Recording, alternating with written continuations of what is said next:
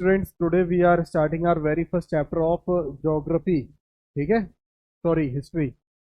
How, when and where. ठीक है, चलो इस चैप्टर में हम लोग कौन कौन सी चीज़ें, ये जो हमारा चैप्टर होगा ये दो पार्ट्स में डिवाइड है. ठीक है भाई, आज के लेक्चर में हम लोग कौन सी चीज़ें कवर करेंगे वो देखते हैं पहले. ठीक है, चलो सबसे पहले डेट्स टू इवेंट्स. ठीक है, हाँ सबसे पहले हम लोग क्या देखेंगे, डेट्स टू इवेंट्स, यानी डेट तारीख है, इवेंट कब बनती है. डेट तो रोज आती है कि नहीं. आज क्या है, 22 अप्रैल 2024. ठीक है भाई, पिछले साल भी 22 अप्रैल आई होगी. ठीक है, अगले साल भी 22 अप्रैल आएगी. लेकिन इवेंट्स कैसे होता है, जब एक पर्टिकुलर डेट पे कोई एक स्पेशल चीज होती है तब वो बन जाता है इवेंट. ठीक है, जैसे कि फॉर एग्जांपल अगर आज किसी की मैरिज है, फॉर एग्जांपल आज क्या है, 22 अप्रैल 2024 एंड टुडे इज मंडे. अब जो इंडिविजुअल रहा होगा, पिछले साल भी भाई डेट आई होगी 22 अप्रैल 2023, लेकिन वो उसके लिए जैसे भाई हर साल का दिन आता था वैसी एक तारीख आ गई. लेकिन अगर आज किसी इंडिविजुअल की शादी है तो आज ये डेट उसके लिए एक इवेंट बन गई. क्लियर हो गया, इवेंट. ठीक है, हाउ इंपॉर्टेंट आर डेट्स. भाई डेट कितनी इंपॉर्टेंट है, तो भाई डेट तो बहुत इंपॉर्टेंट है. आज की डेट उसके लिए इवेंट जरूर बन गई, लेकिन अगर अगली साल उसको ये डेट याद नहीं रही शादी की तो सुनने को मिलेगी उसे कि नहीं. उसकी वाइफ क्या कहेगी, अरे आज एनिवर्सरी थी, today is our anniversary, but याद कैसे नहीं रहा तुमको. तो डेट तो इम्पोर्टेंट है. आपका बर्थडे हुआ, ठीक है, अगर मान के चलिए आपके बर्थडे पर मम्मी और पापा आप लोग को एक सरप्राइज देना चाहते हैं और वो बन रहे हैं, ऐसे बन रहे हैं कि नहीं भाई जैसे उन्हें याद ही ना हो, तो आपका दिमाग खराब होगा. आप कहोगे दे बताओ मम्मी पापा या मेरे सिबलिंग्स जो है उन्होंने मुझे विश भी नहीं किया. लगेगा ना. तो डेट कितनी इंपॉर्टेंट है यहाँ पर, समझ में आया. ठीक है, आगे क्या देखेंगे, how do we periodise and why. अब डेट या टाइम को पीरियोडाइज क्यों किया जाता, उसकी भी एक वजह है. एक छोटा सा जनरल एग्जांपल हम लोग ले लें कि हम लोग का सेशन जो होता है स्कूल का स्टार्ट फ्रॉम अप्रैल और मार्च पे ख़त्म हो जाता है. लेकिन स्कूल में एक टाइम टेबल से सब चीज़ चलती है भाई. फर्स्ट टर्म इस डेट को होंगे, फर्स्ट यूनिट एग्जाम इस डेट को होंगे, हाफ ईयरली इस वक्त होगा और फाइनल इस वक्त होगा. तो पीरियोडाइज करने से एक बेनिफिट मिलता है कि नहीं, टीचर्स को भी बेनिफिट है और स्टूडेंट को भी बेनिफिट है कि हाँ भाई मुझे अपनी फर्स्ट टर्म की तैयारी इस डेट तक करनी है. हम लोग डिटेल में और ज़्यादा हिस्ट्री के हिसाब से पढ़ेंगे, अभी जस्ट इंट्रोडक्शन है. ठीक है, और लास्ट में हम लोग पढ़ेंगे कि भाई कॉलोनियल क्या है, कॉलोनियलिज्म क्या है, वो हम लास्ट में देखेंगे. इतनी टॉपिक आगे समझ में. ओके, चलिए भाई. Second, if we go with the heading of the chapter, how, when and where. how का मतलब कैसे, when कब, where कहाँ. तो जैसे आपको शुरुआत में एग्जाम्पल दिए, अब हम लोग हिस्ट्री का एग्जाम्पल लेके देखते हैं. अगर कोई चीज़ हुई जैसे हम लोग बोले इंडिपेंडेंस ऑफ इंडिया, तो सबसे पहले क्वेश्चन ये आएगा, व्हेन कब. तो अगस्त 1947, इस तारीख को हमारा देश आज़ाद हुआ था कि नहीं. ठीक है भाई. वेयर, ठीक है, तो भाई झंडा कहाँ फहरा होगा, न्यू दिल्ली. वेयर हो गया. हाउ कैसे, तो उसकी स्ट्रगल, सबसे पहली स्ट्रगल स्टार्ट होती है हमारी 1857 से. ठीक है, ये फर्स्ट स्ट्रगल ऑफ इंडिपेंडेंस है. पढ़ चुके हो पहले, याद है इसी. चलो नहीं है तो यहाँ नोट डाउन कर लो. तो समझ में आया कि हिस्ट्री का कोई भी सेशन की हम लोग बात करें, ठीक है, या किसी भी टाइम पीरियड की बात करें, उसमें तीन चीज आ जाती हैं, हाउ, व्हेन एंड वेयर. ठीक है, चलो. A time when history was synonymous. Synonymous means, English grammar में पढ़ा होगा, सिनोनिम्स पढ़े हैं. हिंदी में हम लोग बोलते हैं पर्यायवाची शब्द, है ना. कि जिन शब्दों का अर्थ एक जैसा होता है उन्हें पर्यायवाची कहते हैं, या the words that are having same meaning that are called synonyms. लेकिन हम लोग पहले की बात करें, एक जमाना ऐसा था कि हिस्ट्री को डेट ही माना जाता था बस। ठीक है, आज भी कई बच्चे यही सोचते हैं, यार हिस्ट्री हिस्ट्री में क्या, हिस्ट्री में पढ़ना है बस वो डेट, वो तो जो जिनको जो करना था वो करके चले गए हैं। उन्होंने जंग लड़ी, वो मर गए, वो जी गए, वो राजा थे, वो रानी थे, वो गुलाम थे। हमें क्या करने, हमें क्यों पढ़ा रहे हो? लेकिन नहीं बेटा, अगर आपके सिलेबस में सोशल साइंस है तो इसका कोई ना कोई आपसे रिलेशन है। जैसे बोलते हैं ना, हिस्ट्री रिपीट्स इटसेल्फ, इतिहास खुद को दोहराता है। तो हम हिस्ट्री इसलिए भी पढ़ते हैं कि हमें ये चीज मालूम चले कि भाई पिछले लोगों ने ऐसी कौन सी गलतियां करी थी जिनसे भाई वो र्यून हो गए, बर्बाद हो गए। तो हमें क्या चाहिए, अगर हमें किसी की लाइफ से, किसी की लाइफ के पास्ट से अगर हमें कुछ सीखने को मिलता है, ठीक है, तो वो हमारे लिए बेनिफिशियल है कि नहीं। फॉर एग्जाम्पल, आपका कोई भी फेवरेट स्पोर्ट्स पर्सन, ठीक है, फॉर एग्जाम्पल क्रिकेटर की बात करें, कोई भी एक फेमस क्रिकेटर है जो आज पीक पर है। अगर आप उसकी अभी प्रेजेंट लाइफ की बात करो और आप उसके पास्ट या हिस्ट्री की बात नहीं करो, तो आप क्या एक अच्छे क्रिकेटर बन सकते हो? क्या बन पाओगे? कभी नहीं बन पाओगे भाई। आज जिस मुकाम पर, आज एक जिस पीक पर वो है, वो अपनी चाइल्डहुड से लेकर आज अगर वो 40-45 ईयर्स का हो गया, तो एक स्ट्रगल है उसके बीच में। वो पूरी स्ट्रगल को वो क्रॉस करके आज वो टॉप का क्रिकेटर बना या टॉप का स्पोर्ट्स पर्सन बना है। लेकिन आपको नहीं भाई, मुझे इस स्पोर्ट्स पर्सन की हिस्ट्री या मुझे पास से कोई लेना देना नहीं है, लेकिन मैं ऐसा क्रिकेटर बनना चाहता हूँ। तो आपके कोच आपसे कहेंगे बैग लगाओ और घर पे जाओ, ऐसे यही बोलेंगे ना, क्योंकि आपको उसकी हिस्ट्री से सीखना पड़ेगा ना। और उसने क्या स्ट्रगल करी थी, कितने घंटे वो खेलता था, कितने घंटे प्रैक्टिस करता था, कितने घंटे वो अपनी खुद की स्कूल की पढ़ाई करता था, पूरा एक टाइम टेबल मालूम होना चाहिए कि नहीं।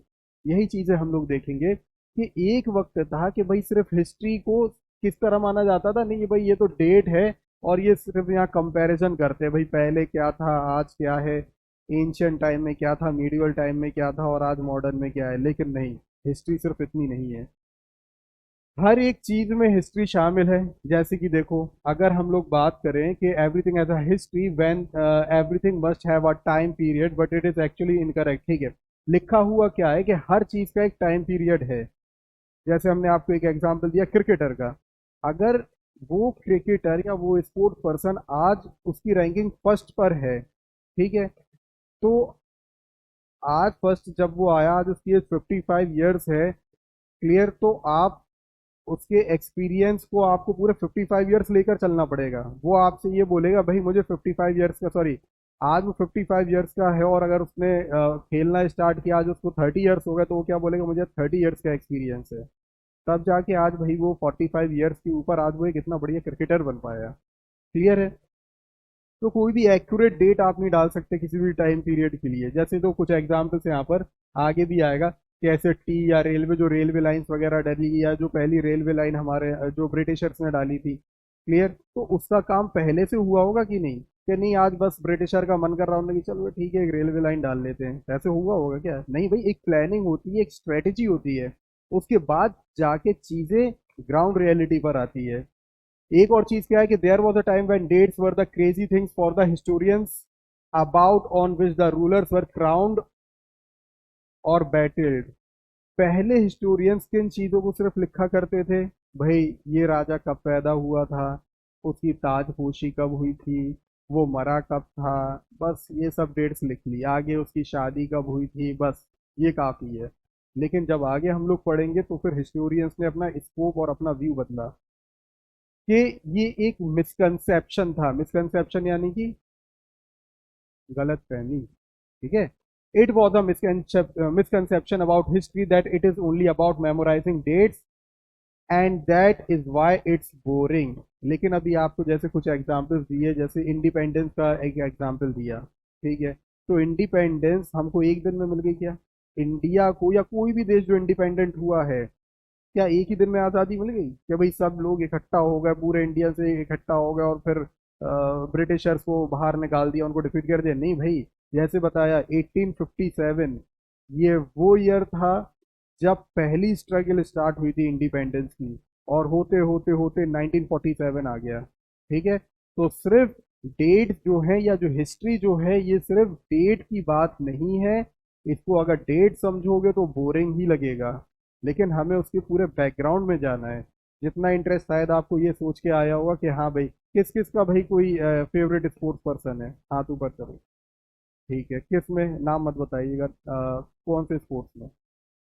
क्रिकेट में, ठीक है। तो आपका क्रिकेट, तो जिसका भी क्रिकेट में, फुटबॉल में, किसी में भी फेवरेट स्पोर्ट्स पर्सन हो, तो वो उसके सिर्फ प्रेजेंट को लेकर एक्सपायर एस्पायर नहीं होगा, उसे उसकी हिस्ट्री पास्ट में जाना पड़ेगा, तब जाके वो एक अच्छा क्रिकेटर बन पाएगा। क्लियर? आगे देखो, तो ये समझ में आया कि डेट्स कितनी इंपॉर्टेंट है। चलो आगे, नेक्स्ट इज, अब हिस्ट्री हमें बताती क्या है? ठीक है, तो हिस्ट्री हमें पास्ट के बारे में बताती है और चीजों में क्या तब्दीलियां आ गई। ठीक है, आगे क्या है? It is certainly about the changes that occur over a period of time. अब असलियत चीज की बात कर रहे हैं कि हिस्ट्री हमें बताती है कि भाई इस टाइम पीरियड में क्या क्या चेंजेस आ गए। We compare the past with the present, we refer to time as before and after. ठीक है, और हम टाइम को बिफोर और आफ्टर में रेफर करते हैं। जैसे देखो, एक एग्जांपल देखें हम लोग।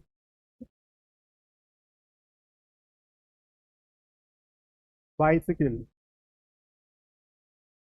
1817, पहली बाइसिकल का इन्वेंशन हुआ था 1817 में। ठीक है, अगर हम लोग एरोप्लेन की बात करें, तो एरोप्लेन का जो इन्वेंशन हुआ था, जिन्होंने राइट ब्रदर्स ने किया था, शायद मालूम भी हो, 1903। अब अगर दोनों के बीच का हम लोग ड्यूरेशन देखेंगे, तो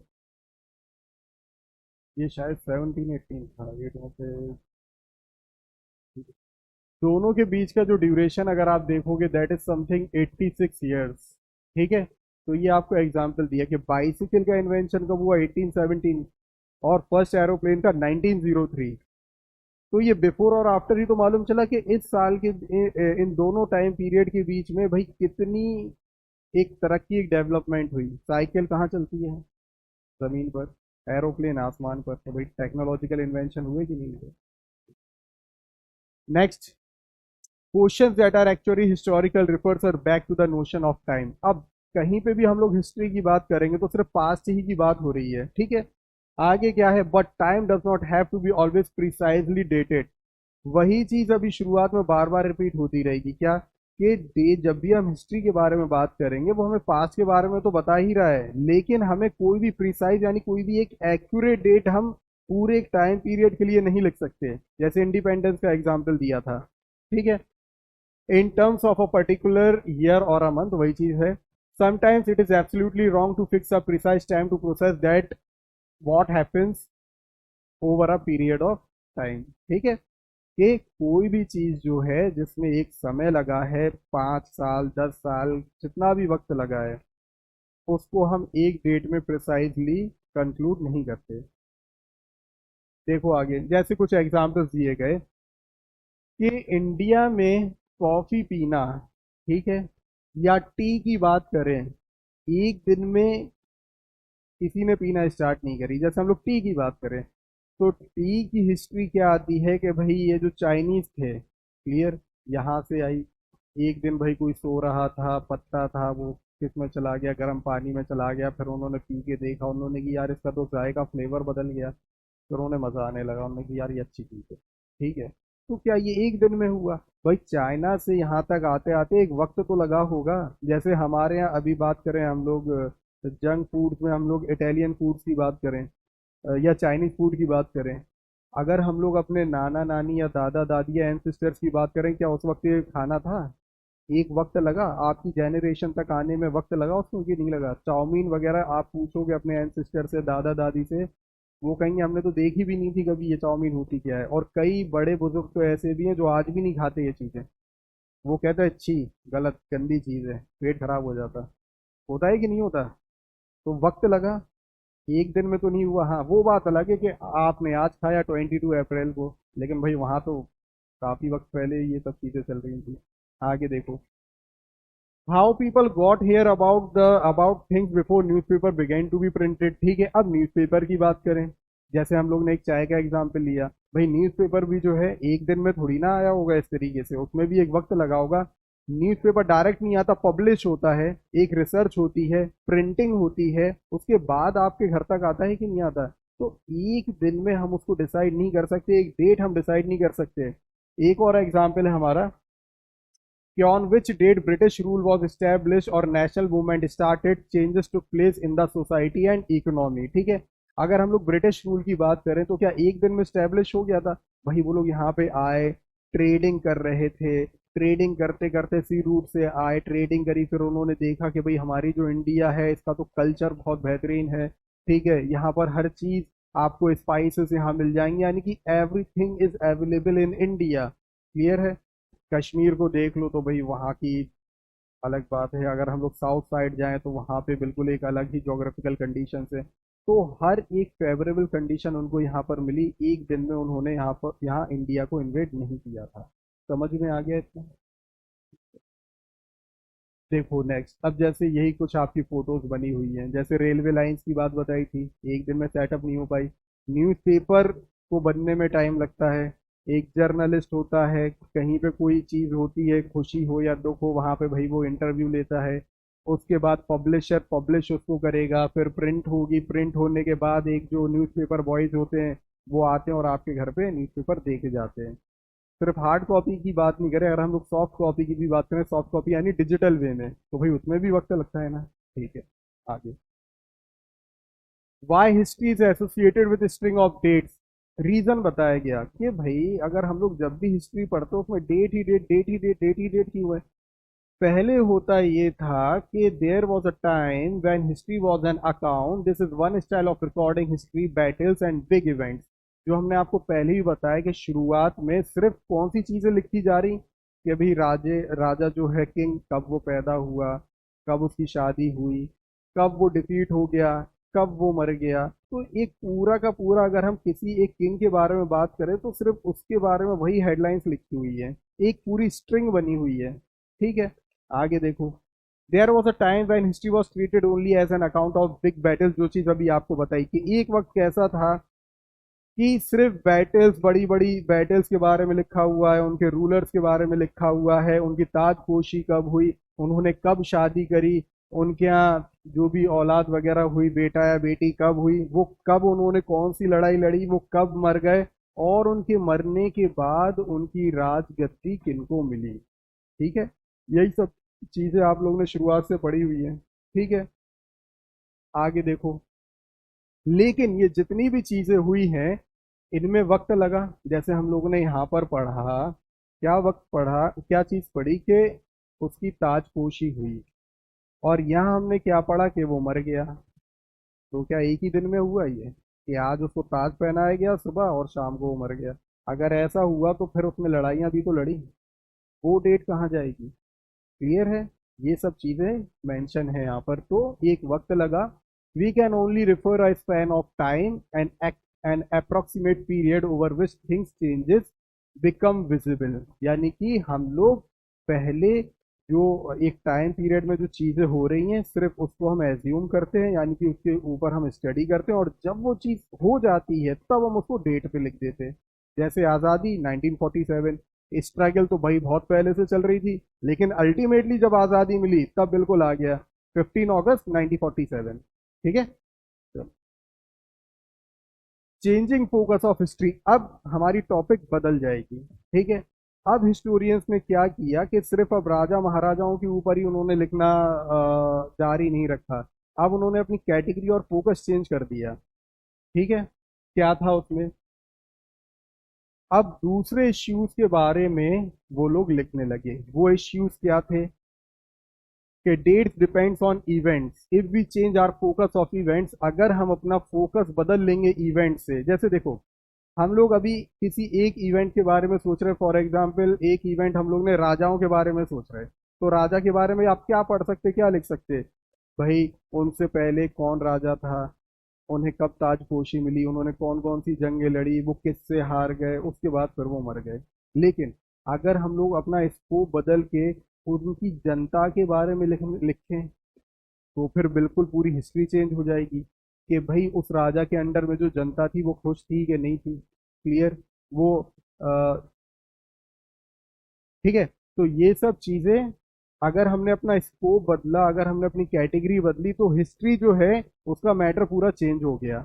ठीक है, देखो यहाँ पर आप वो लोग क्या क्या चीजें लिखने लगे कि people earn their livelihood. Livelihood मतलब यस, जीवन काल नहीं, जीवन जीने, जो जो बंदा जीवन जीता है किस तरीके से जी रहा है, क्या खा रहा है, क्या कमा रहा है, कैसे कमा रहा है, दैट इज लाइवलीहुड। ठीक है। वो क्या प्रोड्यूस करते थे, यानी कि कौन सी एग्रीकल्चर करते थे भाई। ठीक है। कौन क्या उनका स्टेपल फूड था, अच्छा वही खाने वाली चीज आ गई, क्या खाते थे। ठीक है। वो जहाँ रहते थे सिटी कैसे डेवलप हुई उनके रहने से। ठीक है। उनके मार्केट्स कैसे थे, उनके किंगडम कैसे बने। ठीक है।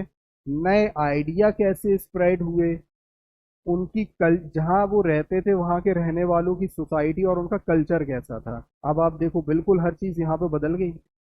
जहाँ हम लोग सिर्फ यही पढ़ रहे थे वो पैदा हुआ मर गया, जंग लड़ी उसने, लेकिन यहाँ बिल्कुल अगर आप किसी भी एक टॉपिक को ले लोगे तो पूरा का पूरा स्कोप बदल जाएगा यहाँ पर। ठीक है। आगे देखो। अब कौन सी डेट्स इंपॉर्टेंट होती है, देखो history is not all about dates but dates do play very important role. Dates depends on events. जो आपको शुरुआत में एग्जांपल दिया था मैरिज का, कि डेट जो है हर एक चीज डेट के ऊपर डिपेंड नहीं होती। उस डेट को हुआ क्या था वो चीज इंपॉर्टेंट है।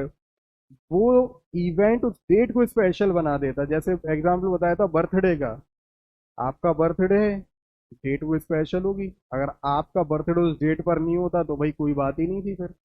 किसी की मैरिज उस डेट पर हुई तो भाई स्पेशल हो गया। उसके पहले भी वो डेट थी, जैसे हमने क्या एग्जांपल दिया था, टुडेज 22 ना, 22 अप्रैल, ये 22 अप्रैल उसकी जिंदगी में पिछले साल भी आया था, लेकिन उस टाइम उसे कोई खुशी नहीं थी। ठीक है। लेकिन आज जो 22 अप्रैल है, अगर आज किसी की शादी है तो आज का दिन उसके लिए बहुत इंपॉर्टेंट हो गया। आज वो डेट एक इवेंट बन गई। क्लियर हो गया। चलो, अगर हम अपना फोकस चेंज करेंगे तो इवेंट्स भी चेंज हो जाएंगे। ठीक है। जो आपको पीछे एग्जांपल दिया, dates are not important on their own. Clear है। वही चीज कि डेट्स अपने अंदर कोई मान्यता नहीं रखती, कोई इंपॉर्टेंट नहीं रखती, लेकिन वो इवेंट उसको इंपॉर्टेंट बना देते हैं।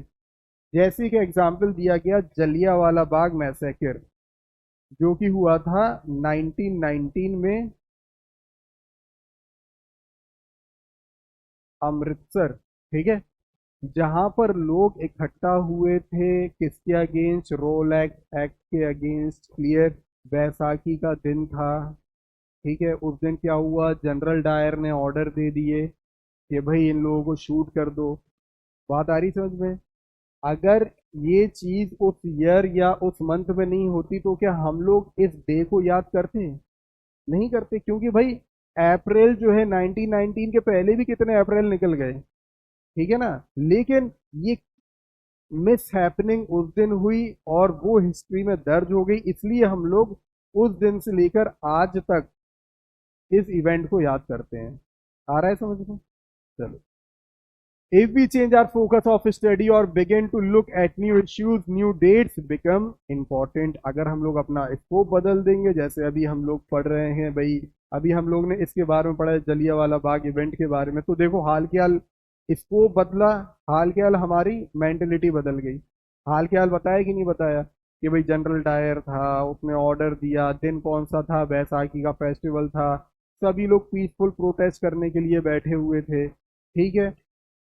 और जिस मैदान में बैठे हुए थे वहां पे क्या किया कि भाई एक तरफ से सिर्फ एग्जिट गेट था, बाकी सब तरफ से बंद था, और उसने ऑर्डर दे दिया कि भाई इन लोग को शूट कर दो। क्लियर हो गया। तो फोकस चेंज, हिस्ट्री चेंज। चलिए नेक्स्ट। अच्छा, एक और एग्जांपल यहाँ पर दिया गया है कि अगर हम लोग बात करें ब्रिटिश हिस्टोरियंस का, ठीक है, तो उन्होंने हिस्ट्री किन के ऊपर लिखी हुई है, जो उनके भाई जनरल गवर्नर या वाइस रॉइस वगैरह हुआ करते थे, उन्हीं के ऊपर लिखी कि भाई उन्होंने क्या अचीवमेंट करी। ठीक है। उनकी लाइफ कैसी थी, तो ये ब्रिटिश हिस्टोरियंस ने लिखा। आगे देखो, लेकिन कई चीजें रह गई। कई चीजें क्या रहेगी कि उन्होंने ध्यान ही नहीं दिया कि भाई ये जिन ब्रिटिशर्स के बारे में ये जो ब्रिटिशर्स हिस्टोरियंस ने लिखा हुआ है, उनके अलावा भी तो कई लोग थे, इंडियन पीपल्स थे ना। उनके बारे में तो कुछ लिखा ही नहीं है कि भाई वो कैसे जिंदगी बिता रहे थे। ठीक है, उनकी सोसाइटीज में क्या क्या हो रहा था, डिफरेंट ग्रुप्स वगैरह वहां मौजूद थे, ये सब चीजें उन्होंने मेंशन नहीं करी वहां पर। क्लियर है? आगे देखो, रियलिटी क्या है, जो चीज आपको बताई देखो यहीं पर, कि ब्रिटिश जो ब्रिटिशर्स हैं उन्होंने सिर्फ ब्रिटिश गवर्नर जनरल्स के बारे में लिखा हुआ है, और वो भूल गए इंडियंस को। और इंडियंस के बारे में तो ऐसे उनको इग्नोर कर दिया जैसे कि भाई उनकी कोई जगह ही नहीं है उनकी किताबों में। क्लियर है? जैसे एक एग्जांपल दें, बायोग्राफी और ऑटोबायोग्राफी में क्या फर्क है, कौन बताएगा? यस।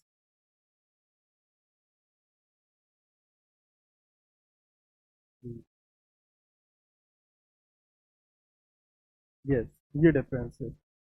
बायोग्राफी कोई भी लिख सकता है, जैसे आप लोग का जो भी फेवरेट स्पोर्ट्स पर्सन है, ठीक है, आप उसकी लाइफ के बारे में आप में से कोई भी लिख सकता है, वो कहलाएगी बायोग्राफी। ऑटोबायोग्राफी वही इंडिविजुअल लिख सकता है। फॉर एग्जाम्पल, आपके ऊपर आप ही ऑटोबायोग्राफी लिख सकते हो, कोई और नहीं लिख सकता। क्यों? आपके बारे में आप ही सबसे ज्यादा जानते हो, कोई और क्या जानेगा। ठीक है ना? आगे देखो। अच्छा, अब पीरियोडाइजेशन की बात आ गई, जो शुरू में बताया था कि भाई इसको भी कवर करना है। Why do we periodise and how? अब भाई क्या जरूरत पड़ती है पीरियोडाइज करने की? एग्जाम्पल दिया था स्कूल के टाइम टेबल का, उससे समझ में आया था कि भाई किस तरीके से स्कूल में 2 या 3 पार्ट्स में डिवाइड कर दिया गया है, एग्जाम की डेट अलग बता दी गई है, यूनिट टेस्ट की अलग डेट बता दी गई है, सबका टाइम टेबल अलग लगा हुआ है, कि जिससे टीचर्स को भी आसानी हो और स्टूडेंट्स को भी पढ़ने में आसानी हो। तो यहाँ पर क्या चीज़ है कि we periodise history to focus on its central features, so the terms through which we periodize become important। अच्छा, अब पीरियोडाइजेशन का पहले मतलब समझ ले। पीरियोडाइजेशन का मतलब होता है, या अगर हम इन टर्म्स ऑफ टाइम की बात करें, so it is a process to divide the time period. जब हम वक्त को कुछ हिस्सों में बांट देते हैं उसको बोलते हैं पीरियोडाइज। जैसे आपकी स्कूल डायरी में या एक टाइम टेबल होता है, लगता है ना, भाई फर्स्ट पीरियड चल रहा, second period, third period, fourth period. Periodise किया कि नहीं? उस पूरे दिन को पीरियोडाइज किया। फिर आप उसी पीरियोडाइजेशन के हिसाब से अपनी बुक्स लेकर आते हो कि हाँ, आपको मालूम है आपकी डायरी में टीचर ने लिखवाया था कि मंडे को जो फर्स्ट पीरियड है, मंडे को फर्स्ट पीरियड मंडे से लेकर सैटरडे तक, फर्स्ट पीरियड मंडे से लेकर सैटरडे तक मैथ्स का होगा। तो आप गलती नहीं करोगे, फिर आपको मालूम है नहीं भाई मंडे से सैटरडे मैथ्स ही पढ़ना है मुझको। फायदा हुआ पीरियोडाइजेशन का। देखो अब यहाँ पर एक एग्जाम्पल है, ब्रिटिश पीरियड जो है उसको पीरियोडाइज किया गया। They reflect our ideas about the past. They show the importance of changes from one period to the next। ठीक है, आगे देखो। अब जेम्स मिल के बारे में बात करेंगे कि इन्होंने वक्त को किस तरीके से पीरियोडाइज किया। ये बताते हैं कि भाई इन्होंने टाइम को 3 पार्ट में पीरियोडाइज कर लिया, हिंदू, मुस्लिम एंड ब्रिटिश। हम लोग जो टाइम पीरियड पढ़ते हैं वो पहले समझ लो, हम लोग ने क्या पढ़ा, बताओ भाई, कौन बताएगा? यस, एंशियंट, उसके बाद मिडवल, यस, और उसके बाद आ गया मॉडर्न। ये क्या बोलते हैं? ये बोलते हैं जो एंशियंट पीरियड था ना, जब हिंदू राजा रानी वगैरह थे, जब हिंदुओं का किंगडम चल रहा था, तो भाई ये एंशियंट पीरियड है, ये इनकी साइकोलॉजी है। मीडियल पीरियड इन्होंने बोला जब दिल्ली सल्तनत या जब ये मुगल पीरियड चला, तो इन्होंने बोल दिया भाई ये मुस्लिम पीरियड था। और इन्होंने खुद के पीरियड को क्या बोल दिया कि भाई ये मॉडर्न पीरियड है, यानी जब हम ब्रिटिशर्स आ गए, यानी उन्होंने बोला कि जब ये ब्रिटिशर, ये अपनी बता रहे कि जब हम लोग इंडिया आए और जब हमने लोगों को चेंज किया, कुछ हम टेक्नोलॉजीज वगैरह लेकर आ गए, ये फिर उन लोगों का डेवलपमेंट कहलाया, इसको इन्होंने बोला मॉडर्न। देखो, this period was widely accepted to, शुरुआत में जो चीज इन्होंने लिखी, हिंदू, मुस्लिम एंड ब्रिटिश, ये शुरुआत में कई जगह एंड स्पेशली जो ब्रिटिश रूलर थे उनके अमंग इसको एक्सेप्ट किया गया कि हाँ भाई आप सही बोल रहे हैं। क्योंकि भाई वो सब एक जैसे हैं, वो क्या बोलेंगे, नहीं तुम गलत बोल रहे हो।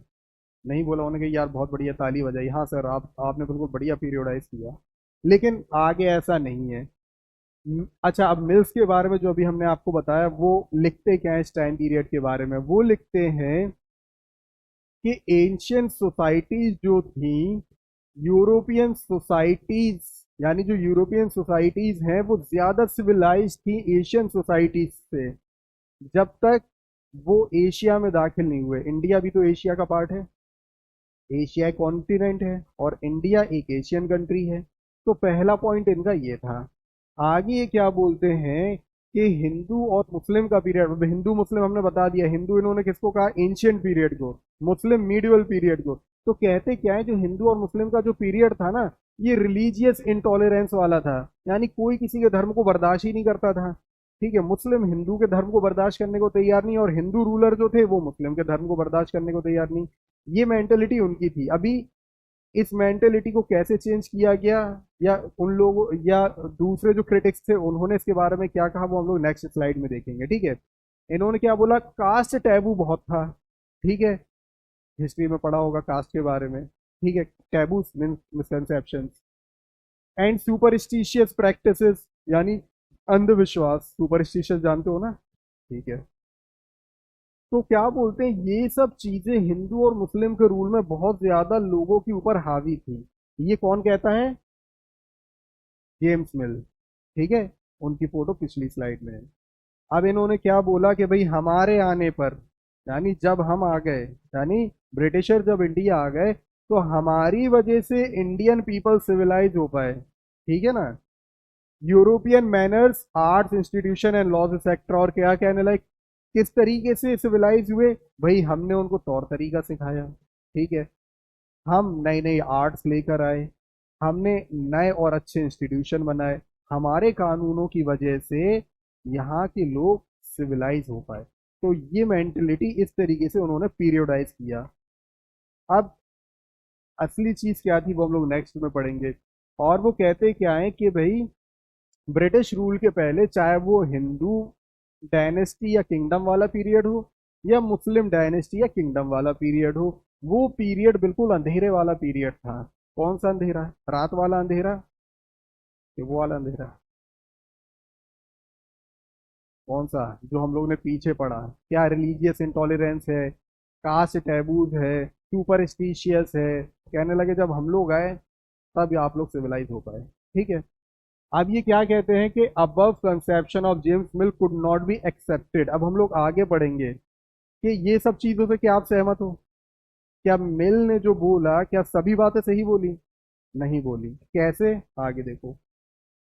It is not proper to characterise an age only through the religion of the rulers of the time. किसी भी किंगडम को या किसी भी रीजन को उसके राजा के रिलीजन से जोड़ के नहीं देख सकते। क्लियर, क्योंकि ऐसे कई हिस्टोरिकल प्रूफ्स हम लोगों के पास है कि कोई हिंदू रूलर हुआ या मुस्लिम रूलर हुआ, उसके हिंदू या मुस्लिम होने से उसकी जनता के ऊपर कोई फर्क नहीं पड़ा। कभी उन्होंने ये नहीं कही कि नहीं आई एम मुस्लिम और आई एम नॉन मुस्लिम, तो आप लोग को भी मुस्लिम या नॉन मुस्लिम बनना है। आगे देखो एग्जाम्पल आ जाएगा। मिल्स साहब क्या बोलते हैं कि Mill's periodisation is not correct as it indicates that the life and practices of other people do not really matter. इन्होंने एक चीज और लिखी थी कि भाई उनकी जो जिंदगी जीने का तरीका है या जो प्रैक्टिसेस करते थे अपनी लाइफ में, ठीक है, उससे हमें कोई लेना देना नहीं। आगे एक और चीज क्या है, it is fact, it is also a fact that all rulers in ancient India did not belong to same faith और रिलीजन। हाँ, ये तो बात ठीक है, क्या कि भाई एंशियंट इंडिया की बात करो या मीडियल इंडिया की बात करो, तो भाई सभी लोग एक फेथ और एक रिलीजन के नहीं थे। लेकिन इन्होंने क्या बोला कि उस वक्त रिलीजियस इंटॉलरेंस थी, जो हम लोग ने पढ़ा ना, कि भाई कोई बर्दाश्त ही नहीं करने को तैयार है। लेकिन एक एग्जाम्पल आप देखो, अशोका और हर्षवर्धन गुप्ता। अशोका पहले हिंदू थे, उसके बाद फिर वो कन्वर्ट हो गए थे बुद्धिज्म में। तो क्या उनके कन्वर्ट होने से क्या पूरी जनता को उन्होंने कन्वर्ट करवा दिया था, क्या नहीं भाई, ये उनका पर्सनल चीज थी कि भाई ठीक है I want to convert in Buddhism. But जो मिल ने, जेम मिल्स ने बोला कि भाई कोई भी रिलीजियस फ्रीडम नहीं थी। तो क्या रिलीजियस फ्रीडम नहीं थी, बिल्कुल थी भाई। हर्षवर्धन गुप्ता, ये भी भाई कन्वर्ट हो गए थे। तो कोई भी राजा रहे हो, चाहे मुस्लिम हो या नॉन मुस्लिम हो, उनके रिलीजन में कन्वर्ट होने से जो जनता थी उनको कन्वर्ट नहीं करा, ठीक है, वो फोर्स नहीं हुए। आगे देखो, this periodisation to have some drawbacks. Drawbacks मतलब कमियां, ठीक है, जो कमियां होती हैं। इस पीरियडाइजेशन में बहुत सारी कमियां थी, कुछ तो हम गिन ही चुके हैं।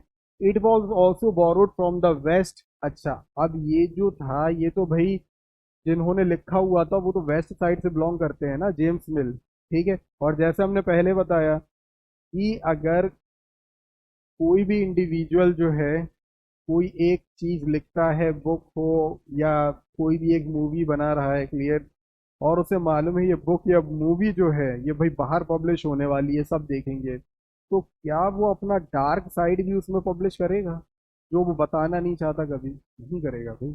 तो पहली चीज तो वेस्ट से लिया गया, where modern period was associated with the growth of all concept of modernity. और इन्होंने क्या बोला जो हम लोग पीछे पड़ चुके हैं, कि भाई मॉडर्न पीरियड तो वही है जब हम लोग आए, जब हम लोग ने नए तौर तरीके सिखाए, जब हमने उनको सिविलाइज किया, उसके बाद ही वो सिविलाइज हो पाए। जैसे कि growth of all modern concept of science, reason, democracy, liberty and equality. और इन सब चीज़ों की बात उन्होंने क्या करी कि भाई साइंस भी हम ही लेकर आए, हमने रीजनिंग बताई, डेमोक्रेसी, लिबर्टी यानी कि फ्रीडम एंड इक्वलिटी। आगे देखो, in India this concept is also not proper because during British rule people did not have equality, liberty और फ्रीडम। पीछे हम लोगों ने क्या पढ़ा, उन्होंने क्या कही, हमारे आने पर लोगों को फ्रीडम मिली, हमारे आने पर लोग जो थे उन्हें सेल्फ रिस्पेक्ट मिली, हमारे आने पर लोग मॉडर्न हो गए। लेकिन ये बात ठीक नहीं। देखो, जब ब्रिटिशर्स यहाँ पे थे तो क्या सबको इक्वल समझा जाता था? भाई वो तो एक गेम खेलते थे ना, डिवाइड एंड रूल, पढ़ा है कि नहीं? ठीक है। क्या सबको लिबर्टी, सब आज़ाद थे? नहीं भाई, स्लेव्स बना के रखा जाता था। वो इंडियन जो उनके ऑफिशियल वर्क किया करते थे, चाहे वो डिफेंस में हो या कहीं पर भी, तो उनको भी इक्वल राइट नहीं मिलते थे जो एक ब्रिटिश सोल्जर को मिला करते थे। तो क्या फ्रीडम थी, क्या इक्वलिटी थी? नहीं थी। लेकिन जेम्स मिल क्या बोल रहे हैं कि नहीं भाई, बिल्कुल फ्रीडम थी। आगे देखो, nor was the British period one of the economic growth and progress. अब उन्होंने ये भी पीछे बताया कि भाई हमारे आने से ही प्रोग्रेस हुई। तो आप क्या देखोगे, क्या इकोनॉमिक ग्रोथ, क्या सभी लोग, उनके टाइम पीरियड में क्या पॉवर्टी नहीं थी? क्या सभी लोग एम्प्लॉयड थे? नहीं भाई। आगे, और क्या बोलते हैं भाई, सभी लोग डेवलप्ड भी थे? ऐसा नहीं था। आगे देखो, many historians referred this modern period as a colonial period. अब जो हमारी लास्ट टॉपिक थी वो आ गई, कॉलोनियल पीरियड समझो। देखो, कॉलोनियल पीरियड या कॉलोनियल उसको बोलते हैं जब दूसरे देश का के लोग किसी दूसरे देश पर कब्जा कर लेते हैं। जैसे ब्रिटिशर्स इंडिया आए, इन्वेड करा, ठीक है, यानी जबरदस्ती यहाँ पर कब्जा किया, तो इसको बोलते। और हाँ, दूसरी चीज, कॉलोनियलिज्म किसको बोलते हैं, जब यहाँ पर आके वो अपनी कॉलोनीज बनाने लगे, जब जब किसी दूसरे देश में जाके वहां पे वो सेटल होने लगे, उसको बोलते हैं कॉलोनियलिज्म। ठीक है, चलिए देखो, अब वही बिल्कुल लास्ट चीज आ गई, ठीक। Britishers Kemps in India. Britishers कब आए? भाई उन्होंने लोकल नवाब और राजाज उनको कॉन्वर्ट करा, यानी फोर्सफुली इन्वेड करा, ठीक है। established their rule, they started subjected the locals, established control over the economic society, they brought they brought the changes in values and tastes, ठीक है। जैसे कि हम लोग वैल्यूज या टेस्ट की बात करें कि भाई जो हमारे यहाँ खाने का तरीका, और आज भी आप बड़े बुजुर्गों को देखोगे, आई एम नॉट सेइंग कि भाई जो लोग फॉक या चम्मच से खाते हैं वो अच्छा नहीं करते, नहीं भाई, लेकिन कुछ लोग हैं आज भी ऐसी हैं कि आप जैसे कोई चावल वगैरह खाएगा, राइस वगैरह, तो वो चम्मच से नहीं खा पाते, वो हाथी से खाएंगे। तो वो क्या बोल रहे हैं कि नहीं भाई ये अनटाइडी चीज़ थी। लेकिन हमारे यहाँ शुरू से, जैसे आप लोग मूवीज, हॉलीवुड मूवीज वगैरह में देखते होगे, जब वो लोग डाइनिंग टेबल पे खाना खाते हैं तो क्या करते हैं, अपनी थाइस के ऊपर और यहाँ पर रुमाल लगा लेते हैं, हैंडकरचीफ, कि हमारे कपड़े गंदे ना हो। तो भाई ये चीज़ हमने उनसे नहीं सीखी, हमारे यहाँ शुरू से ये रिवाज था। हम लोग नीचे बैठ के खाना खाया करते थे, खाना एक कपड़े के ऊपर रखा करते थे, क्लियर है? तो कहाँ से भी कपड़े गंदे होंगे, कहाँ से खाना वेस्ट होगा? क्लियर हो गया। तो उन्होंने क्या बोला कि भाई they brought the change in values and taste. वो कॉस्ट्यूम्स में चेंजेस लेकर आए और प्रैक्टिसेस में। कॉस्ट्यूम्स की बात करें, आज आप देखो वेस्टर्न ड्रेस कितनी चल रही है कई जगह है, ठीक है। आई एम नॉट सेइंग कौन सी है कौन सी नहीं है, लेकिन वेस्टर्न ड्रेसेस आप जानते ही होंगे, ठीक है। वेस्टर्न प्रैक्टिसेस भी आज कितनी चलने लगी। पहले भाई कहाँ होते थे ये क्लब्स वगैरह और ये सब चीजें, आज आप देखो भाई कितने क्लब्स वगैरह हो गए। क्लियर है, आगे देखो। Therefore when one country, देखो अब वो डेफिनेशन आ गई क्या, कि जब वन कंट्री कॉन्कर्ड और सब्जुकेटेड, ये दोनों एक ही वर्ड है। इंग्लिश में और का मतलब होता है एनी वन, ठीक है, और एंड का मतलब होता है दोनों। क्लियर, ये मालूम होगा। By another country it leads to political, economic, social and cultural changes. तो जब भी कोई देश किसी दूसरे देश के ऊपर कब्जा करता है तो किन किन चीजों में चेंजेस आते हैं? पॉलिटिकल सबसे पहले, क्योंकि भाई अगर उसने कब्जा किया है तो सबसे पहले तो अपनी राजनीति चलाएगा ना वो आपकी पॉलिटिक्स क्यों मानेगा? तो पॉलिटिकल चेंज। फिर आता है भाई इकोनॉमिक चेंज, ठीक है, यानी related to money. Social change, ठीक है। अब सोशल चेंज में भी कई चीजें हैं कि भाई अगर वो बाहर से आए तो उनके पहनने का तरीका अलग है, ठीक है, खाने का तरीका अलग है, खाने वाली चीजें अलग हैं। कल्चरल चेंज, ठीक है, अगर वो किसी नए या किसी दूसरे रिलीजन से बिलोंग करता है तो भाई कल्चरल चेंज होंगे वहां पर, ठीक है। This process is known as colonisation, ठीक है। अब बताओ, ये हमारा हो गया पूरा दो पार्ट के। यस, वेस्टर्न प्रैक्टिसेस, जो वेस्टर्न पीपल्स हैं, यानी कि हम लोग सीधा हिंदी में बोले तो अंग्रेजों की बात करें, ठीक है।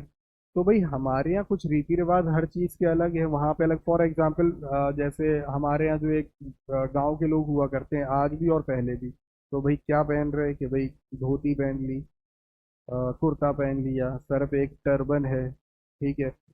लेकिन उनके यहाँ की शहर की बात करें तो भाई लोग क्या शर्ट टी शर्ट पहने हुए हैं, जीन्स या ट्राउजर पहने हुए हैं, ठीक है। और भी वेस्टर्न प्रैक्टिसेस हो सकती हैं, जैसे भाई नए नए फेस्टिवल्स बनाने लगे। क्लियर है, जैसे कभी हम लोग की, I don't want to discuss that all things, लेकिन कोई भी चेंज किसी, जो आपके देश में चीज़ें नहीं हो रही थी दूसरे लोगों के आने के बाद वो चीज़ें होने लगी, वही कहलाती है कल्चरल चेंजेस, ठीक है। Any more doubt? पूरा चैप्टर आ गया?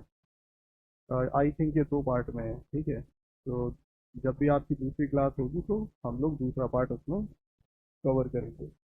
इसमें कोई डाउट रह गया है? Okay, so our very first chapter, half of the chapter is completed. इसको बहुत अच्छे से रिवाइज करना।